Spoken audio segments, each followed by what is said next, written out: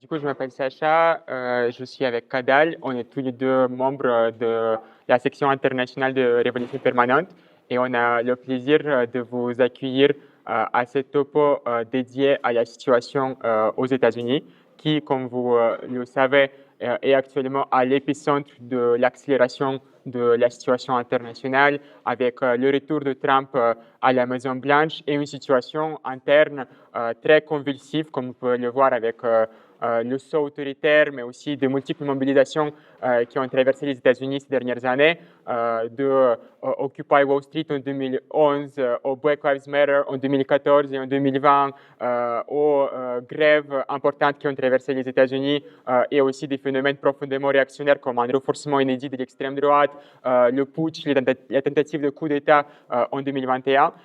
Bien, on va parler de tout cela, on va parler du Trumpisme, on va parler de la crise politique, sociale et économique aux États-Unis et on va parler aussi de quelles perspectives existent pour la gauche aux États-Unis, pour la gauche révolutionnaire et quelles critiques nous avons en tant que révolutionnaires des projets comme DSA qui sont aujourd'hui hégémoniques et majoritaires à gauche aux États-Unis, mais qui cherchent à canaliser les énergies, la politisation des jeunes au service du Parti démocrate, un des partis du régime aux États-Unis. Donc voilà, une rapide introduction des thèmes qu'on va aborder dans ce topo et je passe sans plus attendre la parole à mon camarade Kadal. Merci.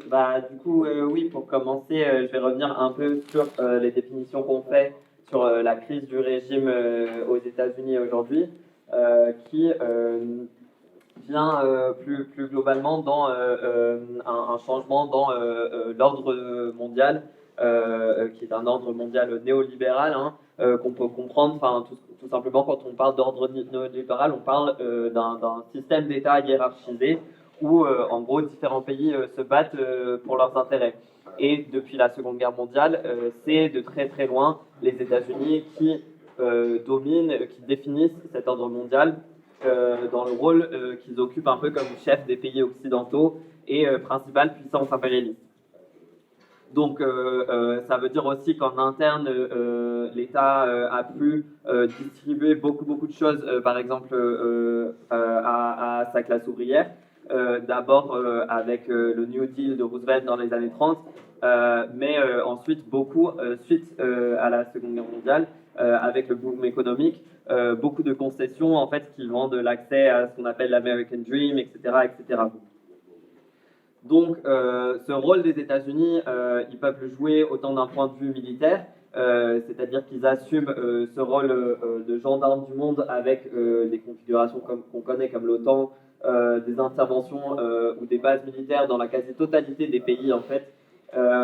Mais aussi, c'est aussi un rôle qu'ils jouent avec une force économique, c'est-à-dire que les institutions qui organisent les marchés économiques, comme par exemple la FMI ou la Banque mondiale, sont subordonnés totalement aux États-Unis. C'est aujourd'hui le dollar qui domine les marchés. Ils sont à la tête des principaux monopoles mondiaux, etc.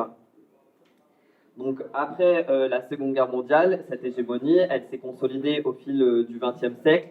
On pensera notamment à l'offensive néolibérale qui a eu en réponse aux élans révolutionnaires des années 60-70, et ce projet réactionnaire a été une façon d'infliger une défaite politique, subjective, etc., mais historique à la classe ouvrière. Donc c'est aussi une offensive qui vient à un moment où il y a une perte de vitesse économique énorme aux États-Unis, avec une inflation galopante, un chômage inédit depuis la Seconde Guerre mondiale, et le gouvernement à ce moment-là, en commençant avec Jimmy Carter, et ensuite qui était un président démocrate, puis de pleine force avec Reagan, commence à trouver des remèdes néolibéraux en s'attaquant aux acquis qui sont arrachés par le mouvement ouvrier qu'il avait pu donner pendant les années de boom d'après-guerre. Donc on pensera aux choses comme la sécurité sociale, les services publics, les conditions de vie et de travail, etc. Donc à ce moment-là, l'État se reconfigure en quelque sorte et devient l'instrument pour imposer cette austérité violente, et ce au nom du marché, afin de garantir les profits capitalistes. Donc j'insiste sur le fait que ce néolibéralisme, en fait, c'est pas juste un projet de la droite américaine, c'est vraiment un projet qui a été déjà a été instauré en premier lieu par Jimmy Carter, mais ensuite a été continué par les New Democrats après Reagan. Et sur le plan interne, ce bipartisme, hein, c'est-à-dire, on sait que traditionnellement aux États-Unis, c'est toujours soit le parti démocrate, soit le parti républicain qui sont au pouvoir, les deux partis bourgeois. Donc, ce bipartisme, il s'est construit vraiment sur le socle de cette offensive. Parce que l'imposition de cette nouvelle ordre dépend d'un écrasement de la classe ouvrière et d'un consensus des classes dominantes. Et c'est important d'avoir ça en tête pour les perspectives à gauche que décrira plus Sacha. Donc le néolibéralisme, ça a été une offensive idéologique également, et c'est intéressant de voir un peu les discours qu'il y a eu à cette époque, qui a permis par exemple l'élection de Reagan, avec un discours réactionnaire très très fort qui revient en force aujourd'hui.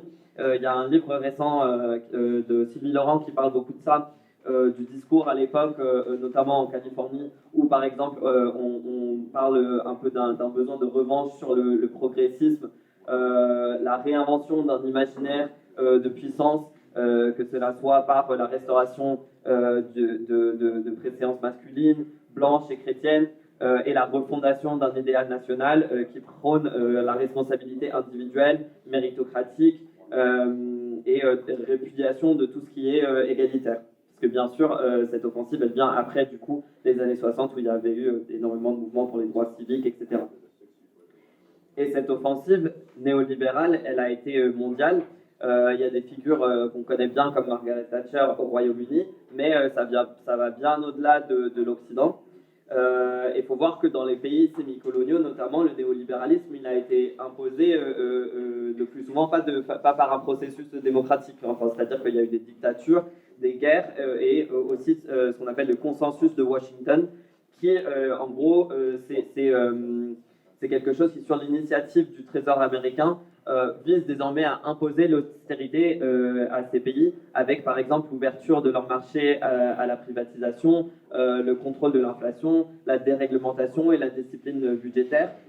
Et tout ça est imposé en fait aux pays qui dépendent de la Banque mondiale et du FMI, qui, comme on l'a vu, sont effectivement réglés par les États-Unis. Ensuite, depuis la fin de la guerre froide, avec la chute du mur de Berlin, cet ordre néolibéral a été imposé au niveau mondial avec du coup la restauration du capitalisme dans l'ex-URSS et la Chine. Donc cette offensive néolibérale qui aurait duré sur quelques décennies et qui continue du coup encore aujourd'hui a été un processus de contre-révolution et de restauration qui a beaucoup modifié le rapport entre les classes, tout en renforçant l'impérialisme et l'hégémonie américaine. Mais c'est quelque chose qui s'est fait avec pas mal de contradictions qui se sont accumulées et qui s'expriment aujourd'hui, et c'est ça qui en fait est au cœur vraiment des contradictions et de la crise que voit aujourd'hui l'ordre mondial et du coup celui qui est au cœur de la bête, c'est-à-dire les États-Unis. Donc on voit les limites qui commencent à se succéder dès les années 2000 avec sur le plan militaire par exemple les échecs en Irak, en Afghanistan qui étirent au maximum les forces des États-Unis et qui se soldent par des énormes échecs qui montrent qu'en fait le rôle de gendarme du monde, tout simplement les États-Unis ne sont plus en capacité de l'assumer, quoi. Et sur le plan économique, la crise de 2008 sous Obama a montré les limites d'un modèle d'accumulation qui a fini par aboutir sur une crise structurelle du système économique mondial. Donc tout ça, évidemment, ça a des conséquences internes aux États-Unis énormes, y compris sur le plan politique, parce qu'au moment où les US, depuis des années, injectent des trillions de dollars dans des forever wars et que la conséquence de décennies de désindustrialisation se couple aux effets de la crise où les gens, en fait, ils perdent leur maison en 2008, ils perdent leur travail, tout ça, en fait, ça dévoile la violence d'un système. Et en fait, ces dernières années, on peut le voir avec une explosion des taux de sans-abrisme, des épidémies d'opiacés qui est très très forte. Hein. C'est à peu près une personne sur 3 aux États-Unis qui connaît quelqu'un qui est mort d'un overdose. Une précarisation, des taux d'illettrisme qui sont très forts. Et ça, c'est des contradictions qui, évidemment, dégradent l'image des États-Unis à l'international. mais qui contribue aussi à cette détresse sociale énorme qui érode la base des deux partis, qui provoque un rejet interne de tout ce qui est intervention militaire à l'externe, qui renforce l'aile anti-interventionniste et populiste, qui essaye de dialoguer avec ce sentiment de détresse sociale et au lieu de mener une offre politique néolibérale et capitaliste entre guillemets classique. Donc ça s'exprime avec en gros l'émergence de certains nouveaux types de politiques d'extrême droite. Et bien sûr, sur le plan international, du coup, on voit l'émergence plus de blocs ou de pays d'autres pôles, enfin, notamment la Chine et la Russie, qui, après 2008, souhaitent encore plus s'affirmer comme des pays qui veulent gagner en autonomie et affirmer leur droit à exploiter la classe ouvrière mondiale et écouler leur marché. Donc, en gros, dans un monde économique où, depuis la Seconde Guerre mondiale, en fait, l'ordre mondial, il est régi par les États-Unis. En fait, aujourd'hui, on est dans une situation où des pays souhaitent prendre plus leur part, sauf que le problème, c'est que tout est déjà partagé et en gros, dans cette situation, aucun pays ne peut avancer sans recul de quelqu'un d'autre. Donc, aujourd'hui, c'est dans ce contexte qu'il faut voir l'arrivée de Trump. Et même si les États-Unis dominent encore de très très loin le camp impérialiste, Trump est en quelque sorte une tentative de réponse au déclin de l'hégémonie américaine. Donc maintenant, je vais parler un petit peu de comment ça s'exprime en matière de politique internationale. Je pense qu'on peut voir évidemment que Trump semble marquer en quelque sorte un revirement par rapport à ses prédécesseurs. Enfin, c'est beaucoup ce qui est dit dans les médias, etc. Et c'est vrai qu'il a mis en avant un agenda pacifiste, il a promis la fin des guerres et tout ça pour être élu, en se comparant beaucoup à Biden. Et ça répond du coup à ce rejet des interventions militaires. Mais surtout, il faut voir que Trump, c'est une radicalisation de la politique qui, en fait, est déjà menée par Obama avant lui pour répondre à ce même problème, c'est-à-dire le déclin hégémonique auquel sont exposés les États-Unis. Donc on rappellera que Obama, lui, il avait aussi promis de mettre fin aux guerres. Il avait étendu les interventions en Libye, il a renvoyé 100 000 troupes en Afghanistan parce que c'était une bonne guerre, etc. Et c'est lui qui a aussi initié le pivot vers l'Asie et l'Indo-Pacifique que Trump continue aujourd'hui. Et tout ça, ça commence à s'affirmer surtout après 2008. Donc le retrait de l'Afghanistan, par exemple, qui a été un énorme symbole de l'échec de cette intervention, c'est venu après la politique de Trump, puis Biden. Donc c'est un échec bipartisan, en fait. Qui témoigne de l'évolution de la situation et l'incapacité des États-Unis à y répondre. Et aussi que sur la situation internationale, en vrai, il y a des éléments de continuité très importants entre les administrations qui se succèdent. Et ce que fait Trump, du coup, en fait, c'est une radicalisation de cette politique avec, on le verra plus précisément, mais des éléments tactiques qui sont plus imprévisibles, moins diplomatiques, etc. Par exemple, avec les tarifs douaniers, tout ça, c'est un peu nouveau, mais stratégiquement, l'objectif reste le même, avec des effets parfois peu prévisibles. On en discutait l'autre jour, mais cette idée de faire un pas en arrière tactique parfois pour faire deux pas en avant stratégique, où l'objectif finalement c'est d'assurer une conservation des intérêts des capitalistes américains et contenir les adversaires qui remettent de plus en plus en question l'ordre unipolaire. Donc, c'est-à-dire principalement la Russie sur un plan militaire et la Chine à toutes les échelles. Donc, pour atteindre ces objectifs dans les coordonnées actuelles, Trump il mène une politique qu'on pourrait qualifier de révisionniste, c'est-à-dire un État qui est insatisfait de l'ordre international dominant et de la répartition actuelle du pouvoir. C'est à l'inverse d'un État pro-statu quo qui chercherait plutôt à préserver plutôt qu'à renverser l'ordre. Donc jusqu'ici, on présentait souvent la Chine comme étant celle qui est révisionniste, qui cherche un peu à basculer les choses, etc. Mais aujourd'hui, c'est les États-Unis qui sentent que le statu quo ne leur profite plus autant. Du coup, ils essayent un peu de se raccrocher et de se réaffirmer, quoi. Donc ce qui se joue, c'est effectivement la fin de ce monde unipolaire, avec Trump qui fait des paris pour maintenir la dominance des États-Unis face à son déclin, et aussi, mais de façon un peu secondaire, je dirais, le spectre de l'émergence de la Chine. Donc avant, on connaît un peu, je dirais qu'il y a un peu cette différence entre les méthodes précédentes, où par exemple on parle beaucoup de soft power, cette idée d'influence diplomatique un peu gentille, on vous donne quelques aides humanitaires, etc. Et on vous garantit l'ordre libéral et la démocratie partout dans le monde. Tout ça, c'est un peu fini. Aujourd'hui, maintenant, on passe plus par la persuasion, on passe plus par la dominance brute. Et on le voit par exemple avec le démantèlement d'une structure qui s'appelle USAID, qui c'est comme, je sais plus comment, l'aide au développement, quoi. Et ou au niveau idéologique, avec le fait de balayer voilà, cette mission de mettre la démocratie partout dans le monde, on passe plutôt à la domination, à l'intimidation et la promotion d'une internationale réactionnaire dont Trump est devenu le symbole. Donc, je pense particulièrement, pour donner un exemple, J.D. Vance du gouvernement américain qui, par exemple, pendant les élections en Allemagne, est allé critiquer la censure contre l'extrême droite là-bas et a rencontré l'AfD plutôt que les conservateurs. C'est une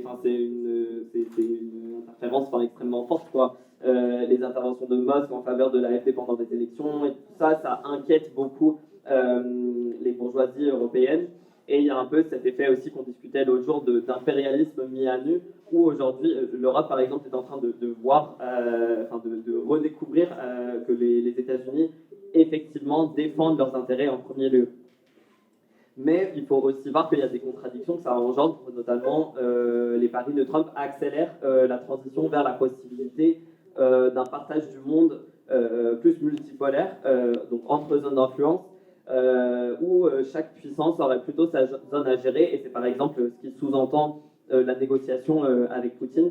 J'en reparlerai un peu plus tard, juste après. Donc, et la raison pour ça, pour aller plus profondément dans les contradictions, c'est que Trump et les États-Unis voient leur capacité étirée jusqu'au bout, comme on disait.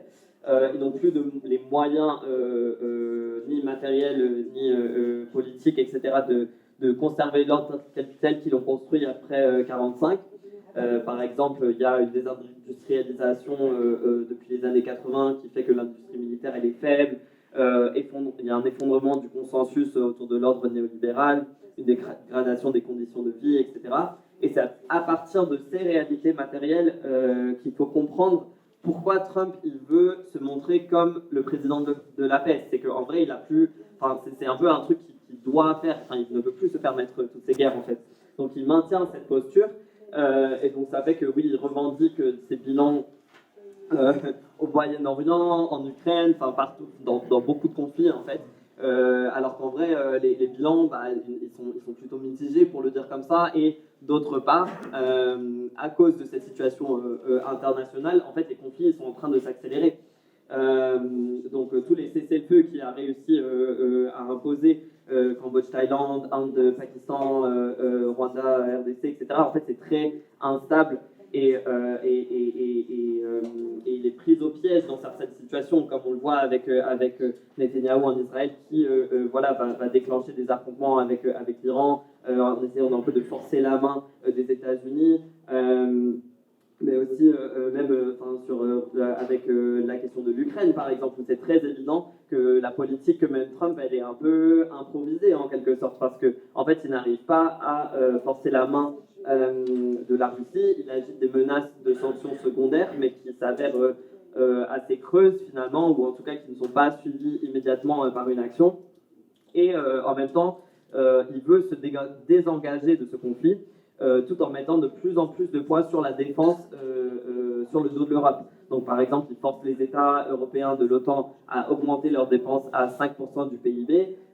Il menace d'organiser le retrait de plus de 80 000 troupes américaines stationnées en Europe pour pouvoir se concentrer sur ses priorités stratégiques, à savoir la préparation à une confrontation éventuelle avec la Chine, et rebooster l'industrie militaire américaine, et aussi évidemment répondre du coup à sa base pour montrer qu'il peut mettre fin à ce conflit tout en assurant un peu cette ère de dominance face aux dirigeants européens et Zelensky. Je pense que vous avez vu un peu la photo, ça fait un peu photo de famille, mais Trump et Zelensky à la Maison Blanche avec tous les autres dirigeants européens autour qui sont un peu venus en mode s'il vous plaît, Trump, etc. Donc, mais tout ça, après, faut voir qu'il il n'y a pas grand-chose qui est sorti de cette réunion. En réalité, je parle de la réunion il y a la semaine dernière, je pense, avec Zelensky.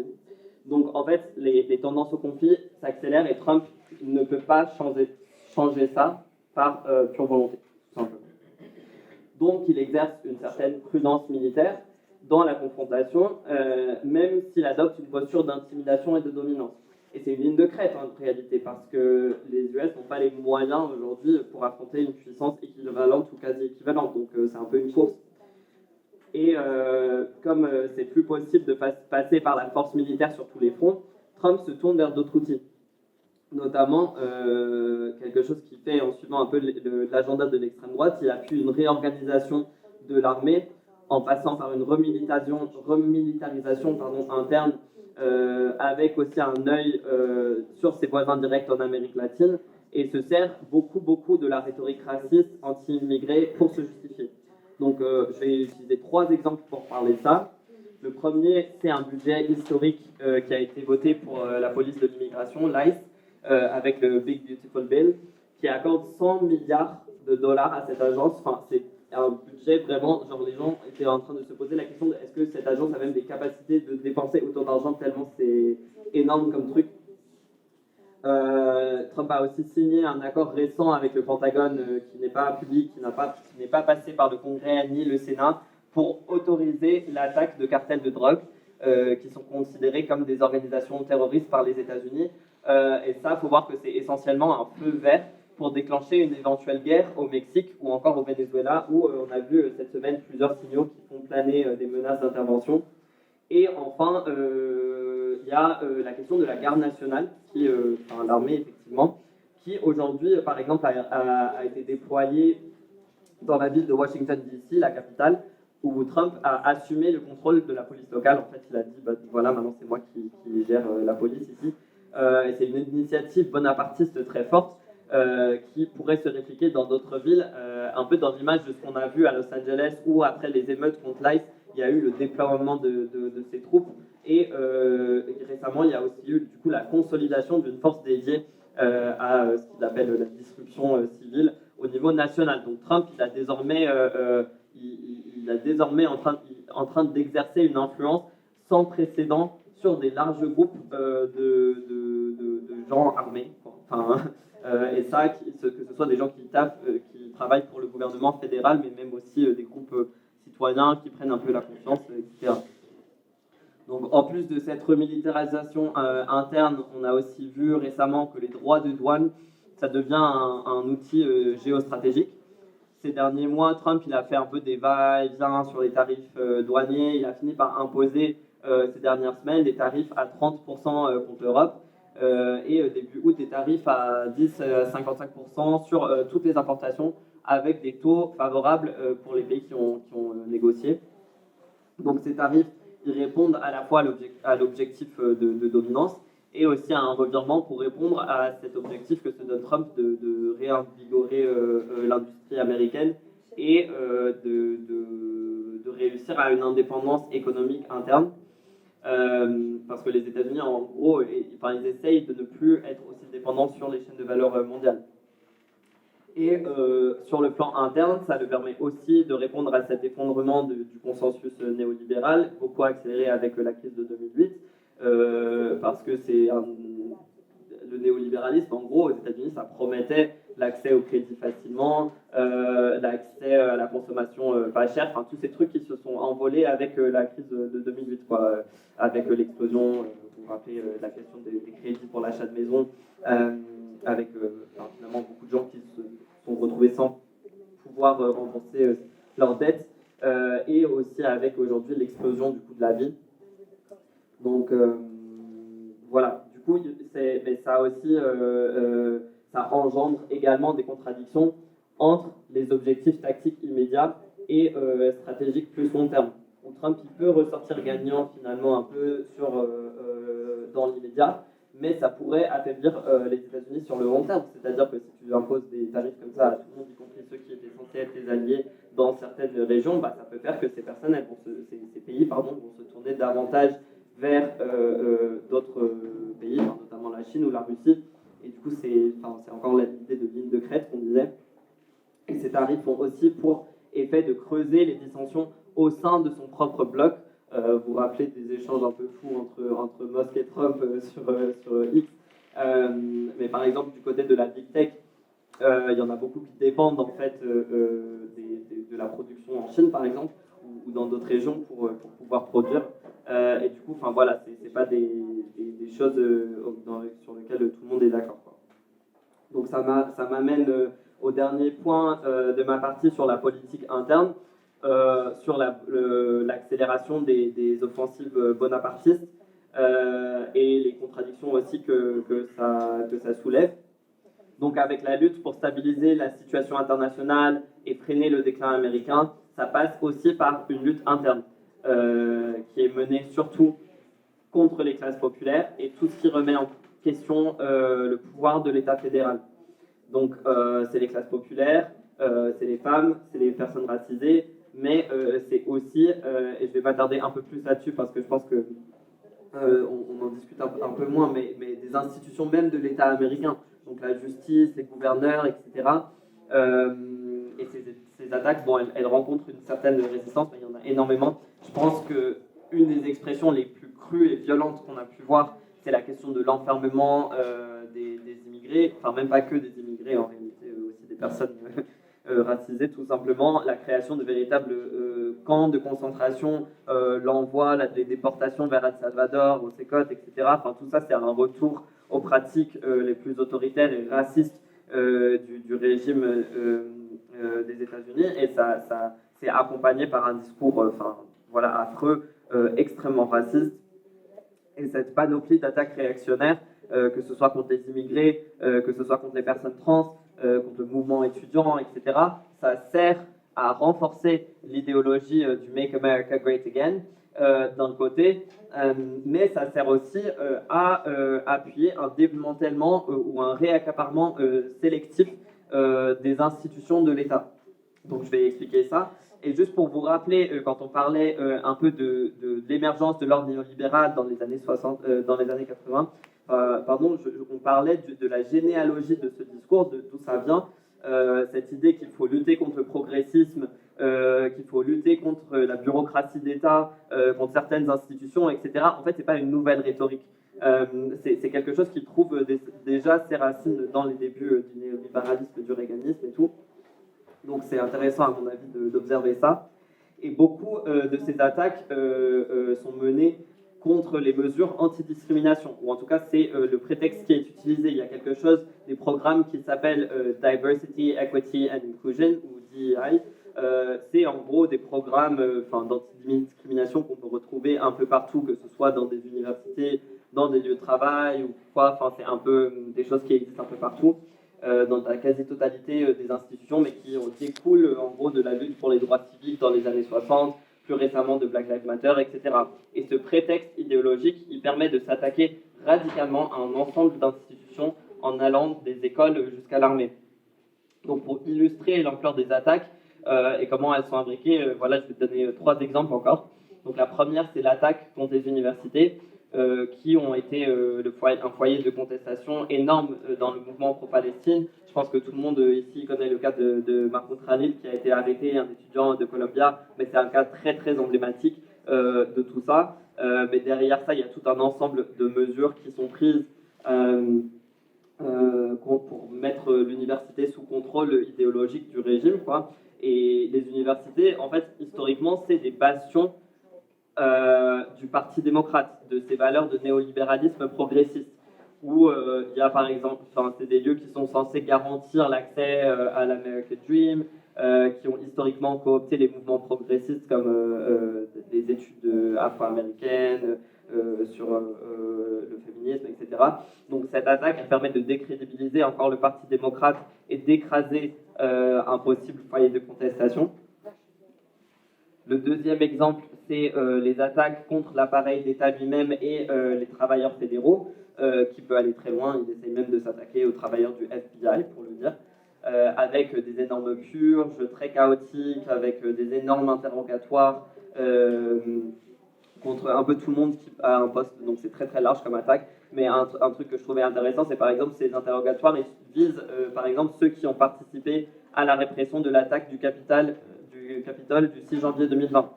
Donc, ce qui est contradictoire parce que le FBI, bien sûr, c'est pas n'importe quelle institution, c'est quand même quelque chose de très puissant, donc c'est pas non plus très facile pour Trump de le faire, mais ça montre qu'il va très très loin pour essayer de politiser et de réaligner l'appareil d'État fédéral qui est quelque chose qui est en place depuis la Seconde Guerre mondiale. Et troisièmement, il y a un exemple, c'est les attaques contre les juges d'État qui, en fait, Trump est passé énormément par les ordres exécutifs depuis le début de son mandat. Je pense que c'est le président qui a appliqué le plus d'ordres, enfin, non, je ne sais pas si c'est le plus d'ordres exécutifs ou si c'est juste qu'il a fait voter très peu de choses. Enfin bref, il est vraiment très, enfin, il impose beaucoup de trucs, quoi. Et il y a beaucoup de juges d'État, donc plus au niveau des États, voilà, qui bloquent ces ordres, qui essaient de ne pas les faire passer, quoi. Le plus récemment, par exemple, ça a été l'attaque contre le droit du sol. Et formellement, c'est quelque chose qui est contre la Constitution américaine. Mais la Cour suprême, donc la plus haute instance, a retiré aux juges fédéraux, ces juges d'État, la possibilité de suspendre les décrets présidentiels au niveau national. Donc c'est un move très très important parce que c'est un alignement de la plus haute instance juridique dans le pays sur le fait que localement les juges n'auraient pas le droit de remettre en question les décrets imposés par Trump. Donc pour beaucoup de gens, y compris qui avaient un peu des illusions sur oui, c'est les instances juridiques, etc., qui vont nous permettre de lutter contre Trump, bah voilà, c'est un peu évaporé. Tout ça, ça montre qu'on assiste à un saut bonapartiste XXL, quoi, avec une politisation de l'appareil d'État, des purges dans le public, des mesures autoritaires qui sont très visibles. Et je finirai sur ça. Tout cela est couplé à des divisions dans son bloc. Donc MAGA, Big Tech, etc., ils ne sont pas tous d'accord. Je pense l'exemple le plus clair, c'est la fragilisation autour du scandale autour de Jeffrey Epstein. On a vu par exemple les disputes entre Elon Musk et Trump autour de divergences économiques, sur la question des tarifs douaniers, sur le fait que les crédits d'impôt de l'État sur les véhicules électriques seraient liquidés par le Big Beautiful Bill, mais aussi politique, où Musk, en fait, il accuse Trump de ne pas aller assez loin dans la décapitation des postes dans l'éducation, parce qu'en fait, ils sont pas d'accord. Ça montre, c'est un exemple de discordance qui révèle des contradictions structurelles profondes, où il y a non seulement des désaccords tactiques sur la manière de gérer le capitalisme en temps de crise, mais aussi des intérêts partiellement divergents entre des différentes fractions de la classe dominante, où Musk il pousse à un État totalement minimal, alors que Trump, en fait, il n'est pas en train de liquider la bureaucratie d'État. Trump, il est en train d'essayer de se le réapproprier et de concentrer les pouvoirs. Et plus récemment, c'est le scandale autour de Jeffrey Epstein. Je ne vais pas réexpliquer tout ce que c'est, mais son réseau de pédophilie dans lequel est impliqué Trump, mais on n'a pas tous les détails parce qu'ils ne sont pas publics. Ça fragilise beaucoup le soutien populiste pour Trump. Et cette affaire qui, par ailleurs, a pris parfois des teneurs un peu complotistes, etc. Mais le bloc MAGA s'en est vraiment emparé. Et aujourd'hui, oui, est vraiment dégoûté par le fait que Trump ne peut pas révéler les affaires les détails de toute cette affaire, quoi. Donc ça représente un véritable dégoût pour les classes dominantes, parce que finalement, c'est ça à quoi est associé Epstein, c'est ce réseau de gens ultra riches, voilà, qui font des trucs horribles, et donc Trump fait finalement partie. Donc là, j'ai un peu parlé des contradictions de la politique interne, externe de Trump, et maintenant je vais laisser Sacha du coup faire la deuxième partie qui portera plus sur les perspectives que ça ouvre sur la gauche. Yes, vous m'entendez bien, c'est good? Ok, super. Non, mais du coup, Kadal a déjà abordé pas mal de choses qui donnent le contexte. Je pense que la chose centrale à comprendre, c'est la crise du bipartisme aux États-Unis, quoi. Enfin, comme disait Kadal, les États-Unis traversent une période du déclin de l'hégémonie états-unienne qui a été accélérée par la crise financière de 2008, par la guerre d'Irak et d'Afghanistan. Et cette crise du néolibéralisme à l'échelle internationale a mené à l'érosion des régimes et des partis traditionnels dans le monde entier. On a vu les tendances à la fin des systèmes politiques bipartisans avec l'alternance entre les partis de gauche et de droite bourgeois qui ont finalement mené des mêmes politiques. On a vu la fin de l'alternance LRPS en France, en État espagnol, la même chose. Au Royaume-Uni, on a un champ politique de plus en plus fragmenté, etc. Et depuis 2008, aux États-Unis, se joue la même tendance et elles sont traversées par ce qu'on appelle la crise organique. C'est une notion d'Antonio Gramsci qui définit une crise imbriquée sociale, économique et politique, et une situation dans laquelle les masses populaires ne se sentent plus représentées par la classe dirigeante, ce qui peut provoquer à tout type de nouveaux phénomènes politiques, y compris des explosions sociales, etc., mais aussi des réponses également réactionnaires par la droite, etc. Donc aux États-Unis, depuis 2008, c'est assez parlant. Depuis la crise financière 2008, on voit tout le temps de nouveaux phénomènes politiques, des explosions de classe. Donc je peux citer le mouvement Occupy Wall Street en 2011, qui était un mouvement avec une tonalité anticapitaliste très marquée. Voilà. Il y a la première vague de révoltes Black Lives Matter, qui, contrairement à ce que pense la mémoire populaire, enfin, beaucoup de gens pensent que Black Lives Matter, c'est 2020, c'est sous Trump, etc. Ça a commencé sous Obama, le premier président noir des États-Unis. C'est en 2014 que ça explose pour la première fois. Des marches très radicales avec des revendications contre la police. Et ensuite, sur le terrain politique, il y a du côté gauche l'émergence de Bernie Sanders qui mène une campagne aux primaires du Parti démocrate et qui lance un défi à gauche à l'establishment incarné par Hillary Clinton. Et c'est quelque chose d'inédit. Enfin, à l'époque, il y avait déjà des candidatures qui émergeaient de ce type-là, comme on peut citer Jesse Jackson au XXe siècle, mais jamais ils ont reçu une telle dynamique, une telle popularité, et il y avait des centaines de milliers de personnes qui participaient à la campagne de Sanders. Il a popularisé aux États-Unis, le pays le plus farouchement anticapitaliste, anticommuniste, le pays de McCarthyisme, etc. Il a réintroduit dans le débat public le socialisme, en tout cas son usage à lui, sa définition à lui du socialisme, et c'est un phénomène important.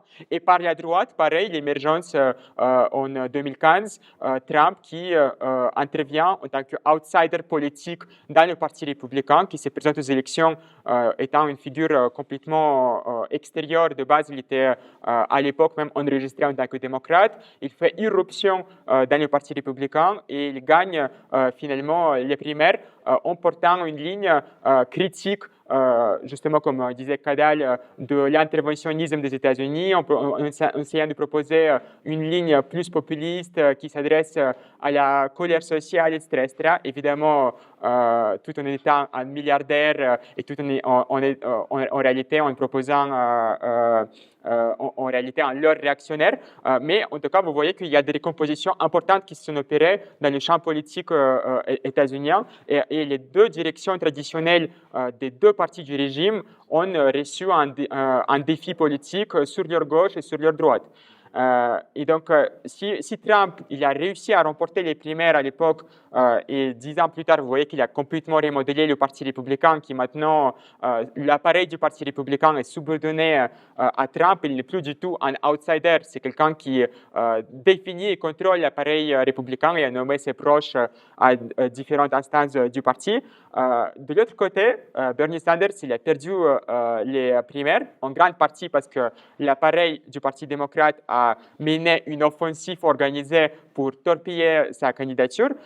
Et donc, après avoir canalisé l'énergie des centaines de milliers de jeunes dans sa campagne et dans le Parti démocrate par extension, il a fait campagne au final pour Hillary Clinton, qu'il critiquait lui-même auparavant comme celle qui incarne les intérêts de Wall Street, de 1%, des milliardaires, etc.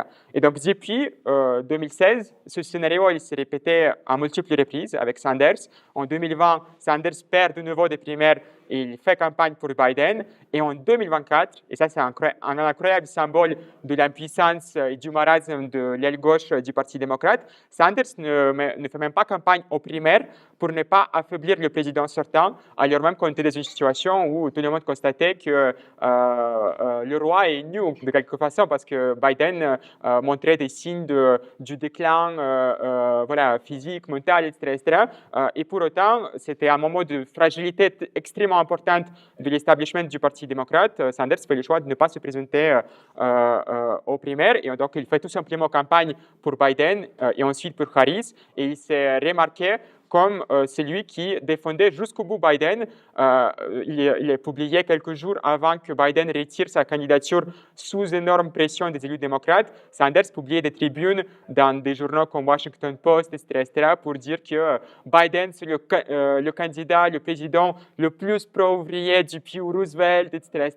Il a participé à renforcer les syndicats aux États-Unis. C'est pour vous montrer quand même le rôle terrible que joue de la béquille de l'establishment, l'aile soi-disant gauche du Parti démocrate.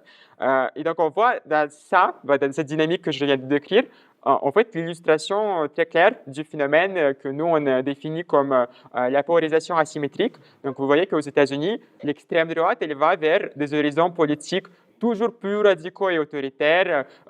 Trump, comme tu disais, Kadal, il gouverne par des dizaines d'ordres exécutifs dès son arrivée au pouvoir. Il lance des offensives judiciaires. Il arrête les élus démocrates. Par exemple, il y avait des arrestations des sénateurs, des élus locaux, etc. Des menaces aussi de républicains à Texas d'arrêter tous les démocrates qui s'absentent d'un vote, etc. Tandis que la gauche, la soi-disant gauche états-unienne, réformiste, social-démocrate, elle reste profondément dans le giron du Parti démocrate, elle reste subordonnée à l'establishment de ce parti et elle porte toujours un programme économique et social minimal. Ça se polarise en effet à droite, à extrême droite, les logiques politiques vont toujours plus loin, mais du côté de la gauche social-démocrate, on ne voit pas du tout le même phénomène de pousser la logique plus loin, embrasser un discours plus radical, etc. Donc voilà, et je pense que ce qui est aussi important, c'est que dans la politique américaine, on parle beaucoup de déalignement, c'est-à-dire un processus politique qui a découplé progressivement au fil des décennies la classe ouvrière et le Parti démocrate, alors que les deux ont été très, très liés au cours du XXe siècle, notamment comme résultat de la politique que décrivait Kadal de New Deal de Roosevelt, où en fait Roosevelt a fait des concessions importantes à la classe ouvrière états-unienne, à la bureaucratie syndicale états-unienne, pour pouvoir comment dire, retenir les conséquences de la récession des années 30 et pour empêcher toute éruption révolutionnaire qui aurait pu se produire. Il a accordé des concessions majeures et en fait, il a fait en sorte que la bureaucratie syndicale est devenue un soldat fidèle du Parti démocrate tout le long du XXe siècle, jusqu'à l'offensive néolibérale qui a commencé à créer de plus en plus de contradictions jusqu'à provoquer une rupture. Et c'est ça qui fait en sorte qu'aujourd'hui, la majorité des secteurs de la classe ouvrière industrielle, etc., les territoires comme Rust Belt, qui constituaient le cœur industriel des États-Unis, aujourd'hui, ils votent pour les républicains, pour Trump, pour l'extrême droite, etc.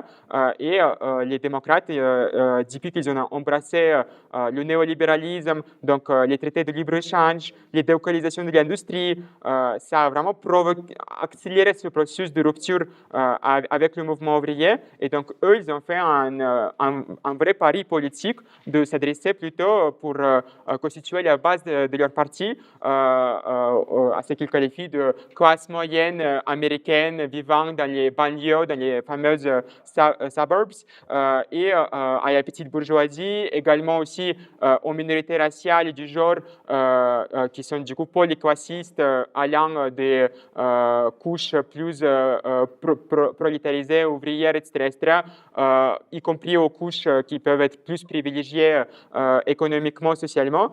Et du coup, les démocrates, ces dernières décennies, ont mené une double politique, une politique donc néolibérale sur le terrain économique et commercial et des politiques sur le terrain social de diversité, de représentation, la défense de divers droits démocratiques, le mariage gay, l'avortement, etc., pour essayer de coopter les différents mouvements sociaux qui ont émergé aux États-Unis depuis les années 60-70, donc le mouvement féministe, le mouvement LGBT, le mouvement antiraciste, et les tenir dans le giron du Parti démocrate avec la rhétorique qu'on connaît très bien en France sur le moindre mal.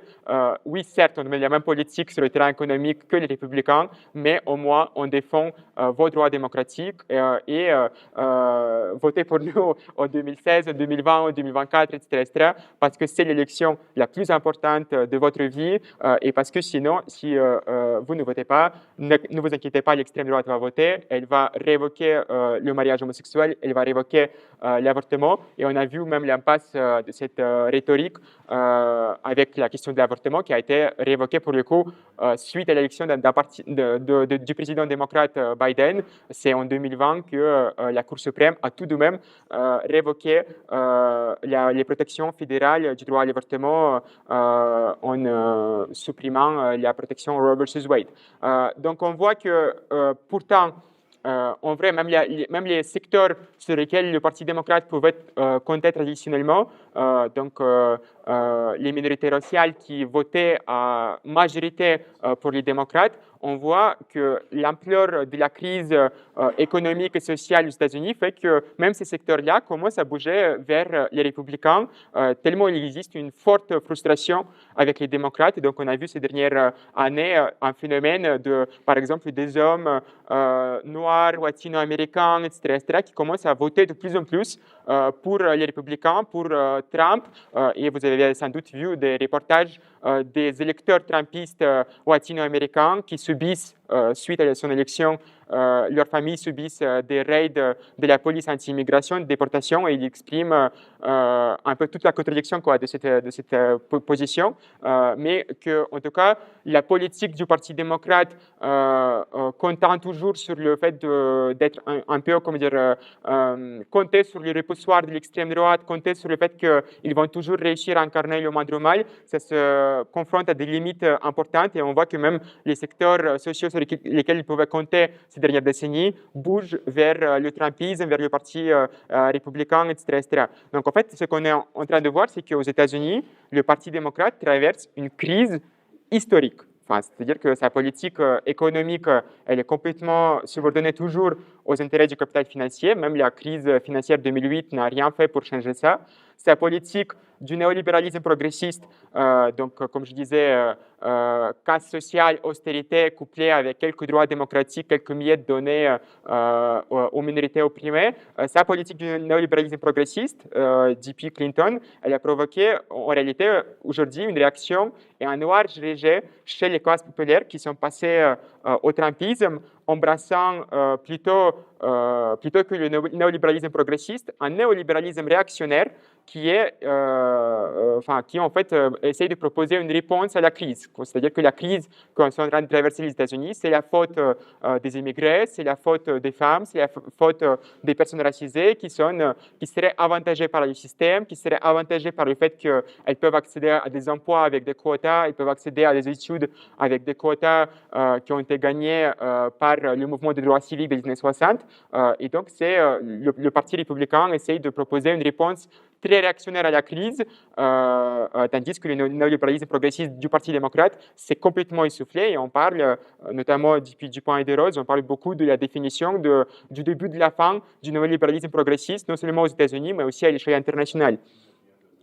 Donc, en même temps, on a vu ces dernières années des phénomènes politiques, de mobilisation, de politisation, de radicalisation extrêmement importantes, notamment là, ces dernières années, évidemment depuis 2023, c'est l'émergence du mouvement pour la Palestine, qui a été en fait aussi un énorme défi et a beaucoup mis en crise le Parti démocrate parce que ce mouvement, pour le coup, il était impossible à canaliser pour le Parti démocrate parce que le Parti démocrate était directement impliqué dans le génocide en Palestine. Le génocide a commencé sous la présidence de Biden, qui a fourni un soutien économique, militaire, financier au génocide, et que ce soit Biden ou Harris, ont tous les deux accompagner le gouvernement de Netanyahou dans son offensive génocidaire, c'est qu'il a beaucoup décrédibilisé, pareil, dans le secteur de la jeunesse, qui auparavant pouvait voter et embrasser le Parti démocrate avec la rhétorique du moindre mal, jusqu'à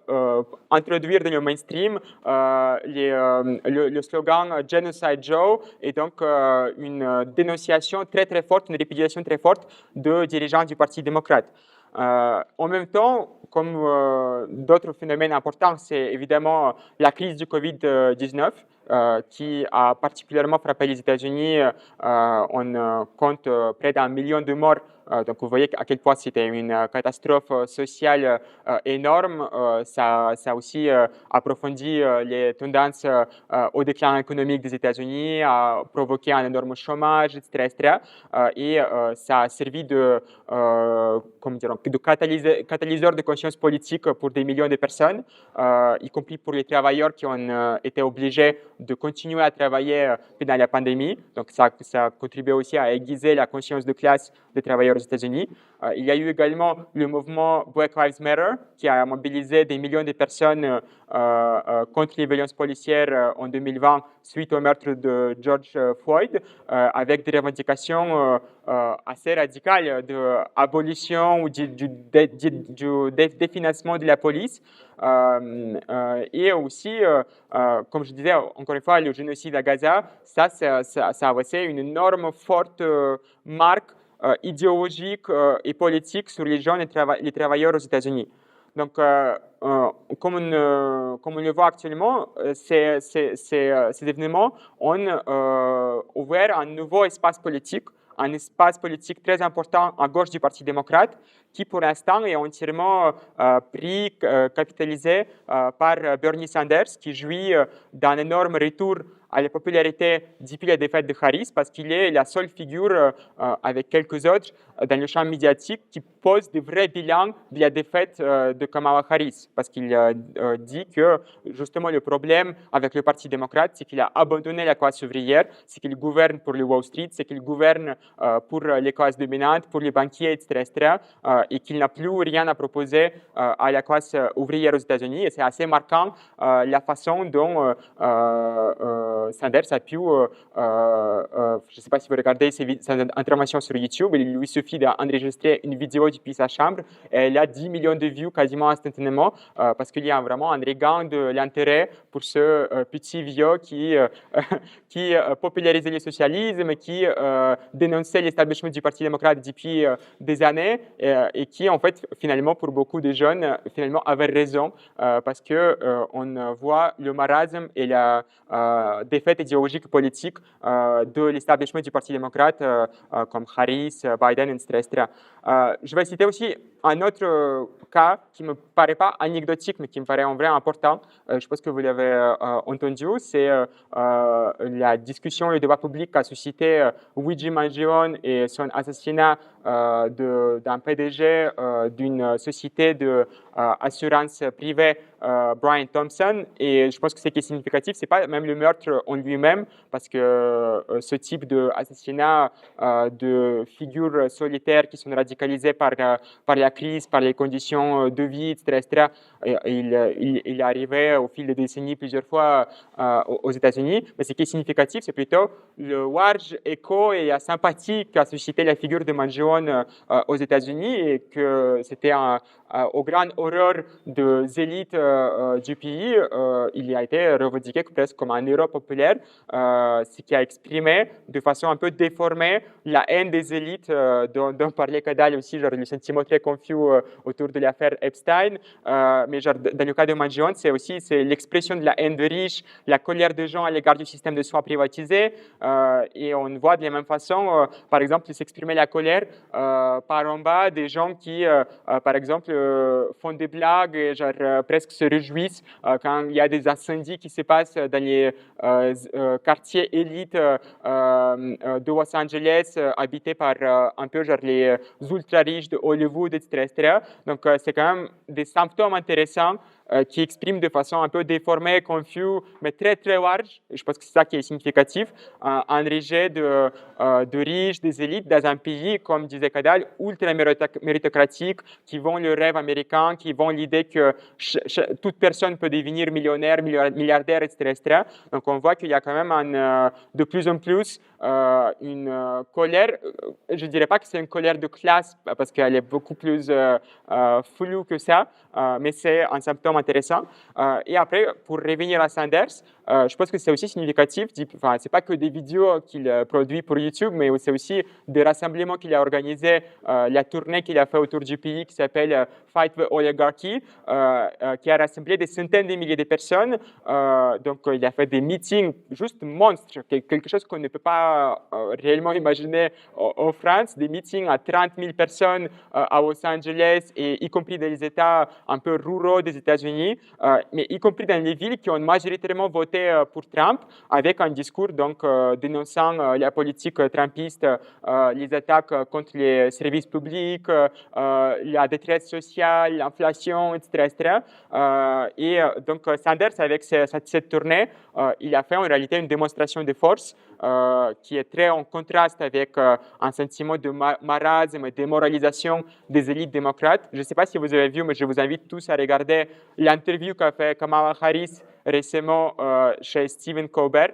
Et c'est significatif parce que ça montre à quel point en fait, les élites du Parti démocrate, une ancienne candidate au président des États-Unis, une vice-présidente des États-Unis qui a supervisé un des premiers régimes, un des premiers pays impérialistes du monde, vient chez Stephen Colbert pour dire qu'il ne veut pas poursuivre sa carrière politique, en tout cas dans l'immédiat. Il ne va pas se présenter aux élections de gouverneur de Californie parce qu'elle considère que le système est brisé, ne fonctionne plus, et elle ne veut pas revenir travailler à l'intérieur du système. Elle veut essayer de jouer un rôle, dans les débats publics, de l'extérieur du système. Et donc, sa perspective actuellement, c'est faire le tour du pays en vendant ses mémoires, quoi. C'est-à-dire que, genre, on est 7 mois après le début du Trumpisme et une des principales figures du Parti démocrate se avoue ultra démoralisée. Ces dernières années, on a vu des avancées notables et significatives du mouvement ouvrier et de la syndicalisation, malgré, comme je vous dis, si on fait la comparaison historique, c'est relativement faible.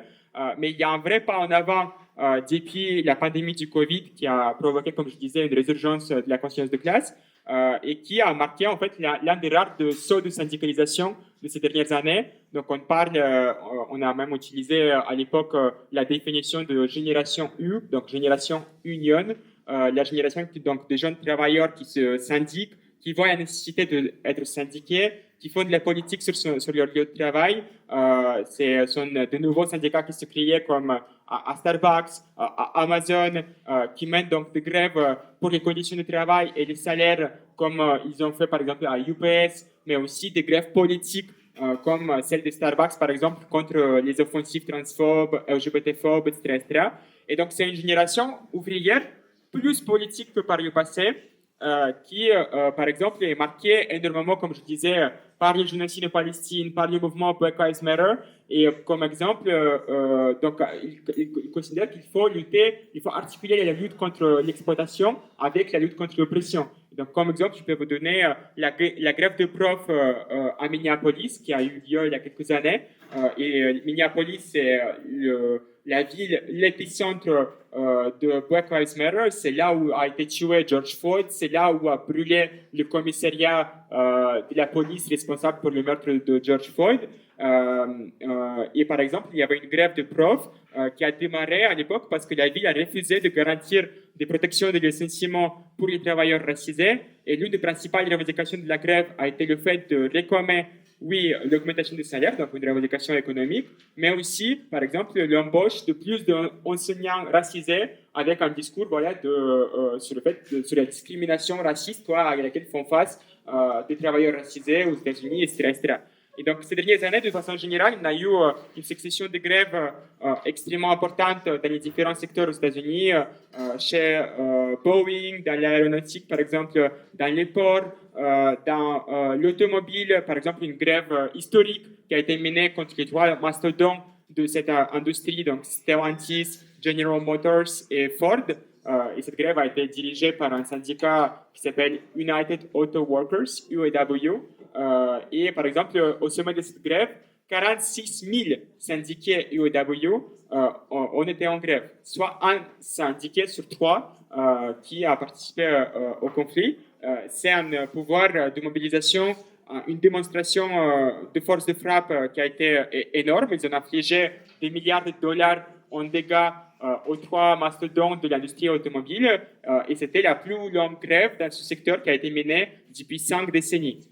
Elle a gagné des avancées aussi, des concessions importantes de la part du patronat, malgré le fait d'être une grève, malgré le fait d'avoir un défaut, d'être une grève entièrement dirigée par en haut, par la direction syndicale, mais donc avec cette direction syndicale qui était plus à gauche, plus combative que ce qu'on pouvait voir par le passé, avec la figure notamment de Sean Fein qui a émergé, qui est devenu même célèbre nationalement et internationalement. Vous pouvez voir sur le site de la presse française de l'Humanité, sur le site de la CGT, les interviews avec Sean Fein qui incarne un peu la nouvelle génération de syndicalistes aux États-Unis. Et notamment, il est devenu célèbre pour sa rhétorique de fierté de classe, pour sa rhétorique de dénonciation des milliardaires. Voilà, donc on peut voir qu'il y a quand même un redémarrage des processus de syndicalisation, de lutte de classe aux États-Unis.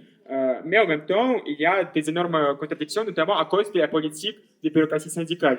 Donc aujourd'hui, les bureaucraties syndicales peuvent dénoncer certains éléments de la politique trumpiste, notamment l'agence DOGE qui a été dirigée par Elon Musk et qui s'attaquait aux travailleurs des services publics, aux travailleurs d'État, etc. Mais en même temps, les bureaucraties syndicales ont soutenu d'autres volets de la politique trumpiste, notamment la guerre commerciale de Trump, les tarifs, dont l'un des objectifs affichés par Trump, c'est réindustrialiser les États-Unis. Donc, vous vous souvenez, quand il y avait le Liberation Day, Trump a convoqué, il a fait une mise en scène où il annonce les tarifs avec ce géant, vous vous souvenez, ces géants chèques, ces géants démonstrations de tarifs qui seront appliqués. Et devant lui, dans l'audience, il y avait un bloc de travailleurs, un bloc de travail, etc. Et c'était vraiment une démonstration, on ne peut plus claire, de tentative de Trump de s'adresser à la classe ouvrière, au mouvement ouvrier aux États-Unis. Donc, par exemple, UAW soutient ouvertement cette politique. Ils ont soutenu aux élections Biden, malgré le fait que la base de UAW ne soutenait pas majoritairement Biden, malgré le fait que la base de UAW critiquait aussi la politique de Biden et de démocrates concernant le génocide à Gaza. Mais en même temps, depuis l'élection de Trump, le dirigeant de l'UAW se dit prêt à travailler avec Trump sur la défense de l'emploi, ce qui nous rappelle clairement, nous, militants en France, la politique de Sophie Binet à la tête de l'appareil de la Confédération syndicale CGT, qui s'est proposée, elle aussi, de participer à la cellule de crise avec le gouvernement et le patronat pour gérer ensemble la guerre commerciale face au Trumpisme. Le président de Teamsters, par exemple, un autre syndicat significatif aux États-Unis, Sean O'Brien, de son côté, il a fait aussi un choix historique de participer à la Convention nationale républicaine, permettant justement d'alimenter ce mythe du Parti républicain qui prend en compte les intérêts de la classe ouvrière, qui défend véritablement le mouvement ouvrier, etc., etc. Il a également soutenu la nouvelle secrétaire du travail sous Trump qui mène actuellement des offensives assez importantes contre le droit du travail aux États-Unis. Et par exemple aussi la branche politique de Teamsters qui a le droit de faire des dons financiers aux différents candidats aux élections. Elle a fait des dons de dizaines de milliers de dollars aux candidats républicains. Donc vous voyez que c'est une politique de soutien au trumpisme affichée, ouverte, etc., etc. Et une politique tout simplement criminelle parce qu'en ce moment même, Trump est en train il a passé Big Beautiful Bill qui est une redistribution de l'argent historique en faveur des ultra-riches, des capitalistes aux États-Unis. C'est une offensive sociale aussi importante contre les travailleurs.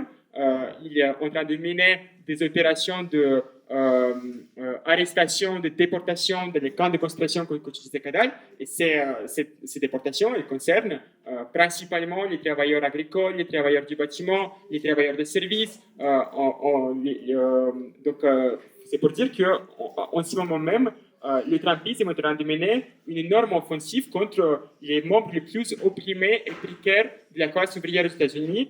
Et les directions syndicales, les bureaucraties syndicales sont en train de dire nous, on soutient la guerre commerciale de Trump, on soutient sa ministre du Travail, etc., etc. Et surtout, ils n'organisent absolument rien, aucune grève, aucune démonstration, aucune politique pour s'opposer aux expulsions. Donc, vous voyez que aussi, on a un décalage énorme entre la gravité de la situation et l'absence de réaction quelconque de la part des directions du mouvement ouvrier états-unien.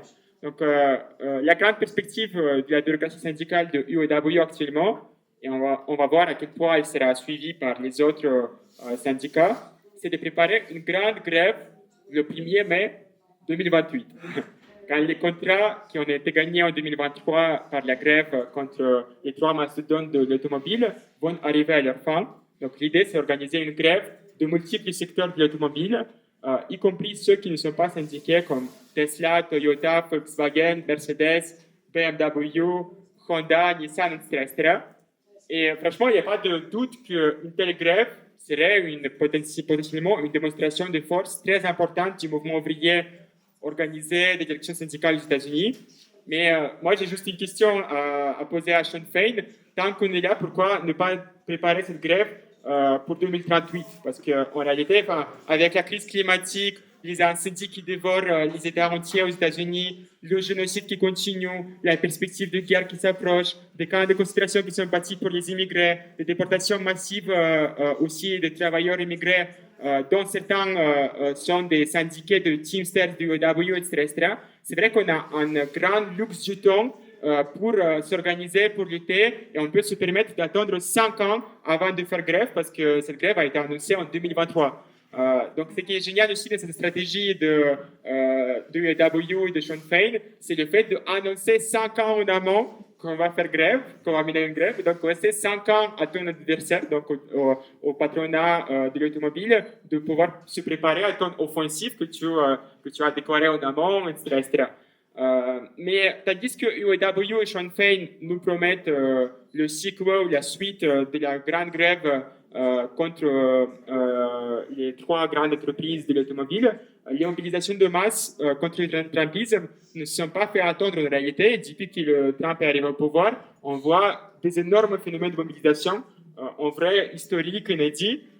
Donc, en 8 mois du Trumpisme, nous avons vu des mobilisations véritablement de masse prendre place à l'échelle nationale. Donc, il y a eu des mobilisations qui ont été appelées par des ONG qui sont affiliées de près ou de loin au Parti démocrate. Par exemple, la mobilisation Hands Off a réuni des centaines de milliers de personnes à tout le pays au printemps. Mais vu qu'elle est appelée par les ONG affiliées aux démocrates, évidemment, le contenu de ces mobilisations avait des énormes limites politiques. Donc, par exemple, Hands Off, donc ne touche pas à, dénoncer le fait que Trump attaque les services publics, dénoncer le fait que Trump attaque la sécurité sociale, dénonçait plein d'autres choses avec lesquelles on peut être d'accord. Et en même temps, il disait ne touche pas à l'OTAN. C'est-à-dire que Trump, il est, comme tu disais, Kadal, il est en train de reconfigurer l'ordre international, exercer la pression sur cet allié traditionnel, forcer la main des États européens pour qu'ils augmentent leurs dépenses militaires.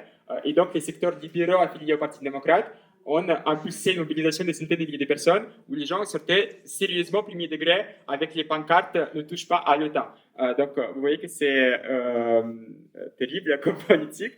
Mais aussi, quelques semaines plus tard, le 1er mai, aux États-Unis, il a réuni des dizaines de milliers de personnes dans plus de 1000 communes aux États-Unis, alors même que cette journée est historiquement marginale dans le pays.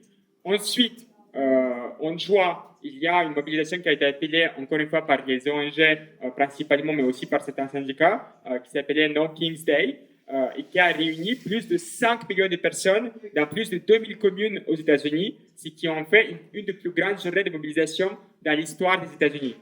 Et si dans la plupart des villes, cette mobilisation a pris forme de manifestations relativement classiques, à Los Angeles, où il y avait le contexte particulier d'expulsion massive de ICE, etc., il y a eu des confrontations très importantes avec la police, ce qui a participé à provoquer le déploiement de la garde nationale par Trump à Los Angeles.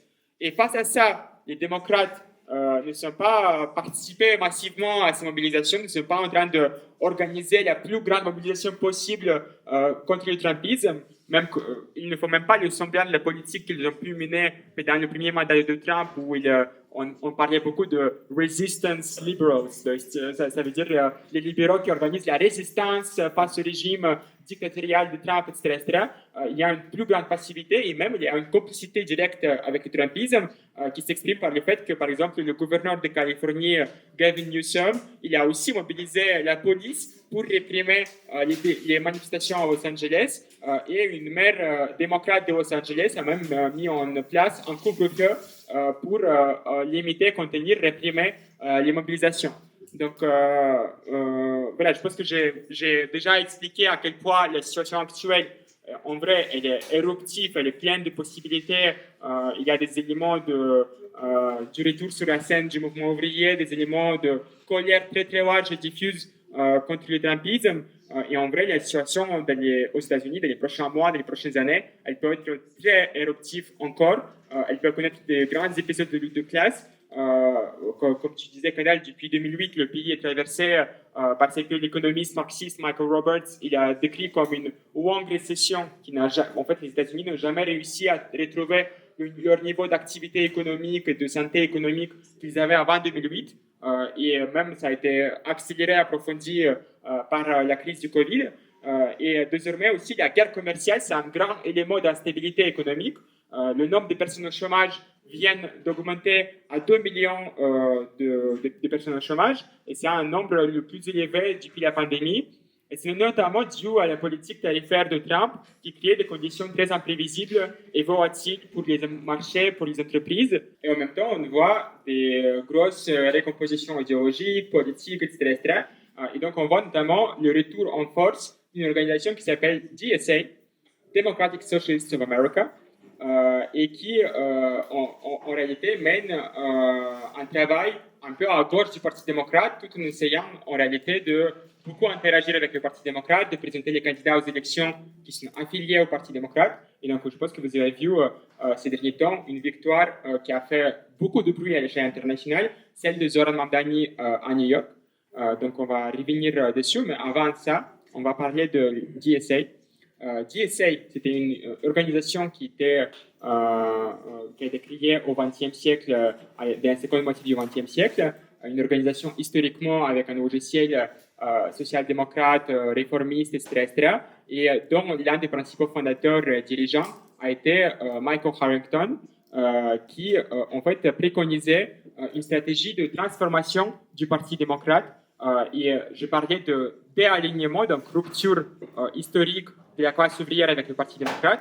Et Michael Harrington préconisait un réalignement, donc un nouveau couplage de la classe ouvrière et du Parti démocrate. Et donc, il disait que la gauche doit investir le Parti démocrate pour en faire un parti plus ouvrier, plus pro-ouvrier, pour y gagner des positions, donc des postes de parlementaires, des postes d'appareil, et éventuellement soit faire véritablement du Parti démocrate un grand parti réformiste aux États-Unis, ou bien provoquer une scission pour fonder un parti socialiste de masse indépendant démocrate. Mais en tout cas, au cœur de cette stratégie a été le travail à l'intérieur et avec le Parti démocrate. C'est un dirigeant qui se dit socialiste, mais qui en réalité a soutenu au fil de plusieurs décennies tous les présidents démocrates qui se sont succédés. Il a fait campagne, etc. Et il a même inspiré certaines politiques du Parti démocrate par ses élaborations, etc. Donc, cette organisation n'avait aucun poids et aucune importance avant 2008. Et encore une fois, comme je le disais, la crise de 2008 a provoqué des chamboulements très importants du paysage politique, et notamment a fait grossir énormément le rang du DSA. Donc, au même moment que Sanders lance sa campagne aux primaires en 2015, DSA connaît aussi un boom d'adhésion jusqu'à devenir en 2016 une organisation qui compte dans son sein 100 000 adhérents, ce qui en fait une organisation la plus grande de gauche qui se réclame du socialisme aux États-Unis. Donc, au-delà de la figure de Michael Harrington, on peut citer des reviews comme Jacobin, Catalyst, qui sont animées par des personnes qui ont une place à l'intérieur du GSA, des figures comme des théoriciens et des auteurs comme Eric Plan, comme Vivek Shiber, comme Bhaskar Sunkara, qui sont tous inspirés par le logiciel de Harrington et qui essayent de aussi réhabiliter et réintroduire aux États-Unis les popularités d'un logiciel qu'on pourrait décrire comme néo-kautskiste, donc en se référant à la figure de Karl Kautsky, un des dirigeants du Parti social-démocrate allemand et aussi de la Seconde Internationale. Et donc, ils préconisent eux aussi, dans la tradition de Harrington, un travail avec le Parti démocrate, il y a une tentative de pousser le Parti démocrate vers la gauche, même si on le voit de façon très palpable, l'impasse de cette stratégie, parce que le Parti démocrate est complètement subordonné au capital. Mais tout de même, en tout cas, les dirigeants et théoriciens du GSA préconisent le fait de construire un parti de masse qui se base sur la classe ouvrière, sur le modèle du SPD allemand avant la Première Guerre mondiale.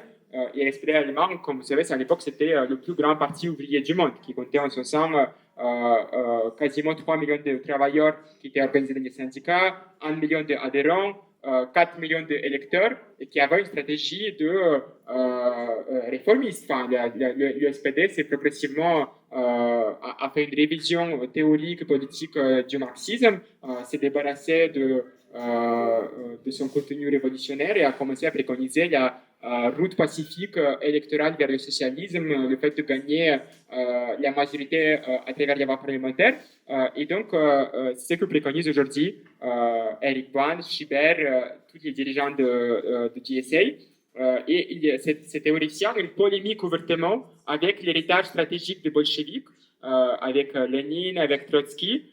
Il propose véritablement une stratégie réformiste appliquée aux États-Unis au XXIe siècle. Il propose d'investir l'État pour réaliser des réformes qui vont augmenter les capacités organisationnelles et la force structurelle de la classe ouvrière. Il parle ouvertement que leur stratégie elle est beaucoup plus gradualiste que celle de Lénine. Il ne préconise pas la prise du pouvoir par la classe ouvrière à travers un processus révolutionnaire.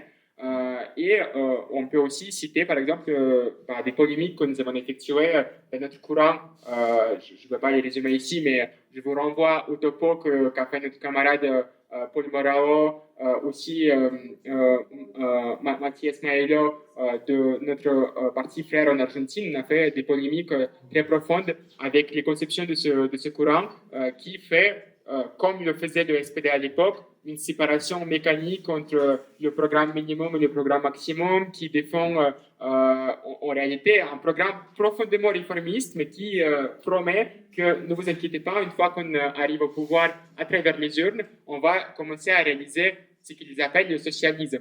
Pour eux, en réalité, il s'agit juste tout simplement de l'État-providence, de keynesianisme, etc.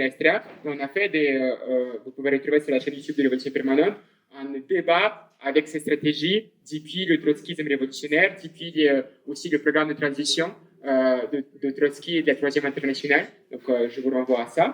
Mais en tout cas, actuellement, il y a une avancée de DSA.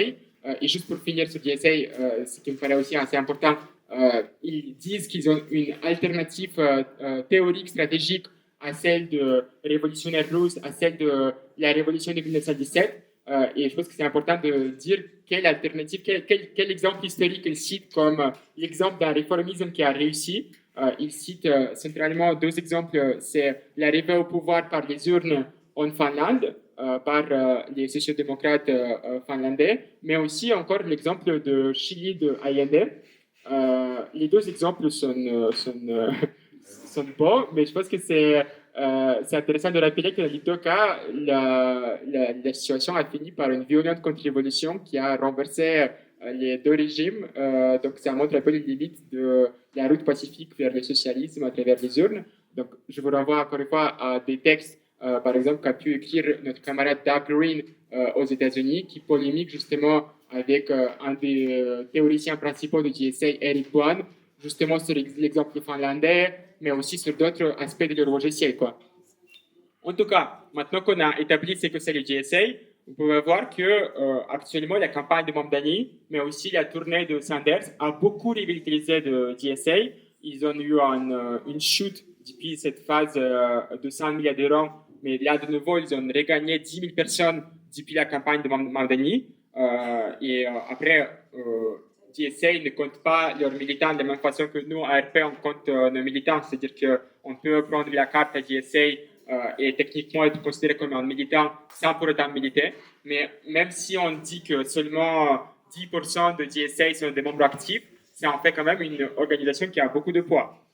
Et donc la campagne de Mamdani, je pense que vous avez beaucoup entendu parler.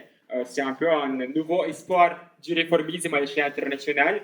Beaucoup de gens revendiquent cette campagne, notamment la France insoumise, je pense, inspire beaucoup pour les campagnes municipales qui vont arriver en France. Et donc, le cas de Mamdani, c'était un relatif inconnu avant la course aux élections de la mairie de New York.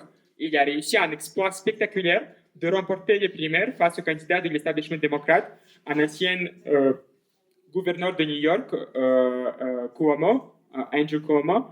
Et donc, la campagne Mamdani, elle a porté justement ce fameux programme minimal dont je parlais, un programme minimal social-démocrate, donc des revendications réformistes minimales qu'il est possible de réaliser à travers les voies législatives.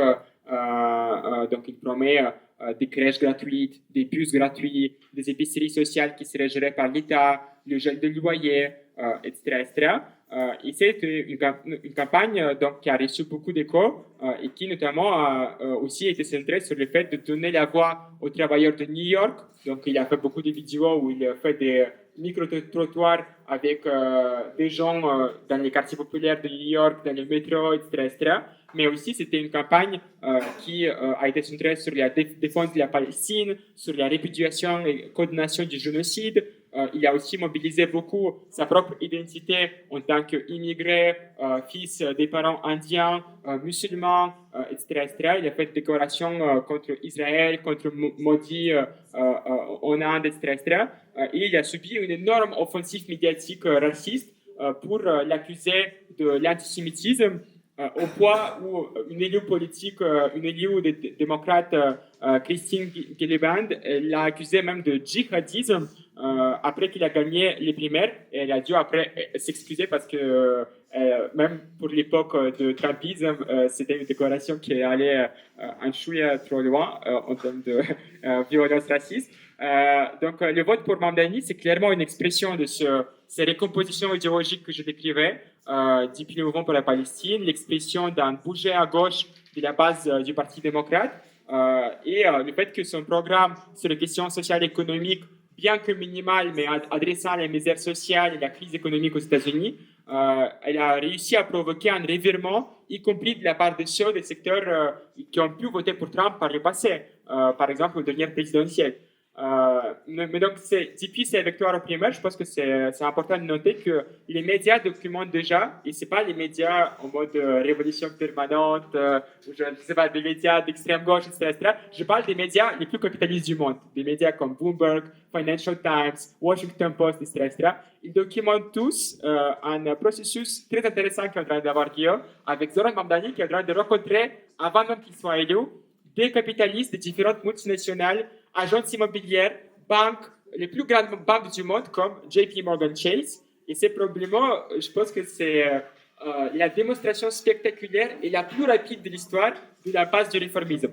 Parce qu'il n'est même pas encore élu, mais Madani a dit ses rencontres avec le patronat aux États-Unis. Il est déjà en train de promettre qu'il ne va pas encourager l'usage du slogan Globalize the Intifada, ce qui est une adaptation au secteur sioniste qui considère que ce slogan est antisémite et qui assimile l'antisionisme à l'antisémitisme. Il est ouvert à maintenir au poste la commissaire de la police Jessica Tisch, qui est une milliardaire et qui a été nommée à ce poste par le maire sortant Eric Adams. Il dit qu'il a changé de position et qu'il ne va plus défendre la police, donc définancer la police comme il le promettait au sommet de mobilisation Black Lives Matter en 2020. Donc, on est déjà en train de capituler sur son programme. Et évidemment, aussi, il y a eu des appels avec des élites du Parti démocrate. Il y a un article du New York Times qui raconte comment il y a eu un appel avec Barack Obama. Il a nommé des anciens membres de l'équipe d'Obama au poste de sa campagne. Donc, on voit déjà une cooptation extrêmement rapide, en vitesse accélérée. Et donc, je pense que ça illustre toutes les contradictions d'un projet comme DSA, qui apporte son soutien et ses forces militantes aux candidats qui ne répondent en fait à aucun mandat et à aucun contrôle démocratique de la part de la base des militantes de DSA, qui font ce qu'ils veulent, ce qu'ils souhaitent. Et donc, c'est souvent la capitulation aux intérêts des classes dominantes aux États-Unis. Et c'est une histoire une logique qui s'est déjà illustrée par la trajectoire d'Alexandria Ocasio-Cortez, qui a été élue en 2018 à la Maison des représentants et qui, depuis, a voté pour l'aide militaire à Israël, pour le fait de briser la grève des cheminots à l'appel de Biden, qui a fait campagne pour Harris en disant que Harris défend le cessez-le-feu en Palestine, qui a fait des éloges de la dirigeante démocrate Nancy Pelosi, et qui a été aussi rétribuée par le Parti démocrate pour ses capitulations, par le fait qu'elle a eu des postes au comité un peu prestigieux qui ont un poids politique à la Maison des représentants des États-Unis. Donc, elle a été vraiment congratulée, félicitée pour ses trahisons de la base du DSA, de la classe ouvrière aux États-Unis, par l'appareil du Parti démocrate et par de nombreux privilèges qu'elle se voit accorder. Et vous voyez que ça illustre le marasme dans le logiciel du DSA, que la dénonciation d'Ocasio-Cortez de la part du DSA n'arrive qu'en 2025. C'est en 2025 que DSA retire officiellement son soutien à Ocasio-Cortez, tandis ils le font à l'échelle nationale, mais par exemple, la branche de DSA à New York continue de soutenir Ocasio-Cortez, malgré le fait qu'il a montré son rôle de complice de la bourgeoisie états-unienne, des classes dirigeantes aux États-Unis. Mais on voit pour autant que les recompositions idéologiques dont je parlais, qui ont lieu actuellement dans la société états-unienne, ils impactent même les rangs du DSA, avec le fait qu'au dernier congrès du DSA qui a eu lieu il y a seulement quelques semaines, il y a eu plusieurs amendements, plusieurs résolutions qui ont été votées, qui réaffirmaient et qui consolidaient la ligne pro-Palestine contre le génocide, contre l'assimilation de l'antisémitisme et l'antisionisme à l'intérieur du Congrès, et y compris, ils ont élu une nouvelle direction qui est composée des courants qu'on peut qualifier plus à gauche à l'intérieur du DSA, et qui serait quand même d'extrême gauche, qui se disent marxistes-léninistes, stalinistes donc, et maoïstes. Ça ne veut pas pour autant dire que DSA va rompre dans les médias avec le Parti démocrate ou l'approche électoraliste, parce que toutes les composantes du Parti démocrate, y compris celles qui se disent d'extrême gauche, sont pour la poursuite du travail avec les démocrates, mais ça peut amener DSA à avoir des positions plus fermes que par le passé sur la Palestine. Ça peut aussi accentuer les contradictions qui existent entre le DSA et les démocrates. Par exemple, on a déjà vu qu'au dernier congrès, devant 2000 délégués, Rachida Tlaib, une élue démocrate qui a été élue avec le soutien du DSA, elle a critiqué de façon indirecte Ocasio-Cortez sur la Palestine. Donc, ce sont des symptômes, en tout cas intéressants, très initiaux, mais qui montrent que, y compris cette organisation qui pour nous représente une impasse stratégique totale, peut effectuer des revirements dans les prochaines années, etc. etc. Donc, notre débat avec cette gauche du DSA, en fait, il est le même qu'on mène avec l'UNPA anticapitaliste en France, avec le PSOL au Brésil, avec de nombreux courants de gauche trotskiste en Allemagne, donc, qui travaillent respectivement. Donc, NPA devient un parti, une organisation d'extrême gauche à la remorque de la France insoumise. Le PSOL devient un parti à la remorque du Parti des travailleurs de Lula.